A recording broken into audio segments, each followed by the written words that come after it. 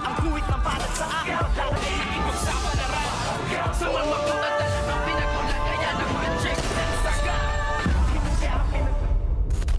Good morning and welcome sa aking munting channel. At dito nga ay tuluyan na ngang dininig ng korte ang kaso nga nitong si Tanggol kasama ng kanyang grupo.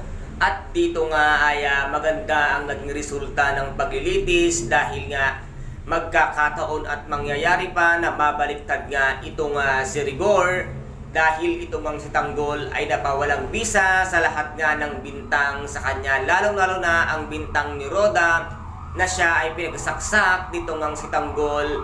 At dito nga ay walang kalinawan na si Tanggol nga mismo ang sumaksak sa kanya dahil nga madilim at hindi nakilala talaga ni Roda itong si Tanggol na siya nga ang sumasaksak sa kanya.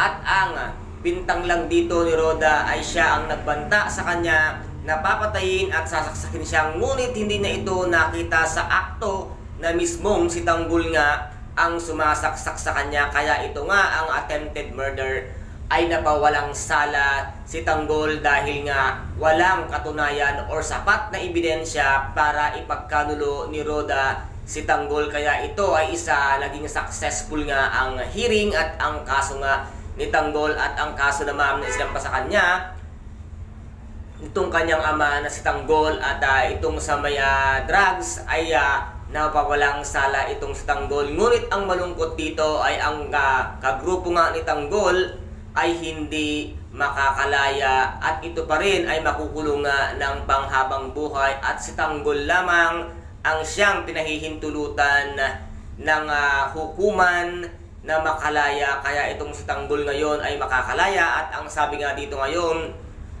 nitong si chairman ay pag nagkataon na itong si Tanggol ay nagreklamo at nagsampa ng kontra-demanda sa Rigor ay mababaliktad ka at maaaring mawala sa iyo ang lahat, pati ang posisyon mo bilang isang pulis, at maaari ka ngayong makulong. Ikaw ngayon ang papasok sa loob nga ng correctional.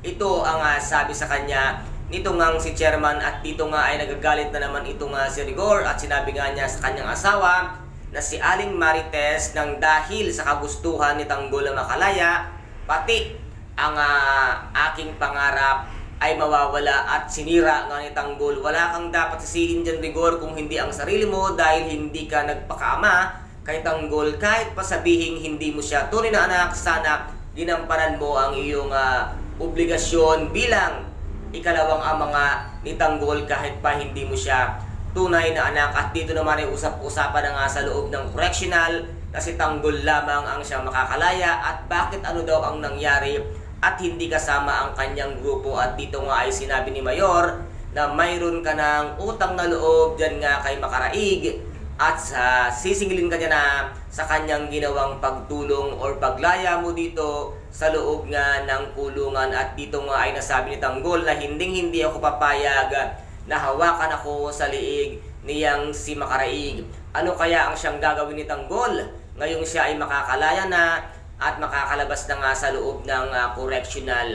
Maging kakampi kaya niya si Makaraig or maging kalaban niya? Guys, ito po ang ating pakaabangan dito nga sa tinaguriang pambansang teleserye FPJ ang Batang Quiapo. At kung nagustuhan po ninyo ang aking videos for today, paki-subscribe na lamang po ng aking channel, paki-like and share para maging update kayo sa lahat ng gagawin kong video. Maraming salamat po. Ingat, God bless and bye-bye!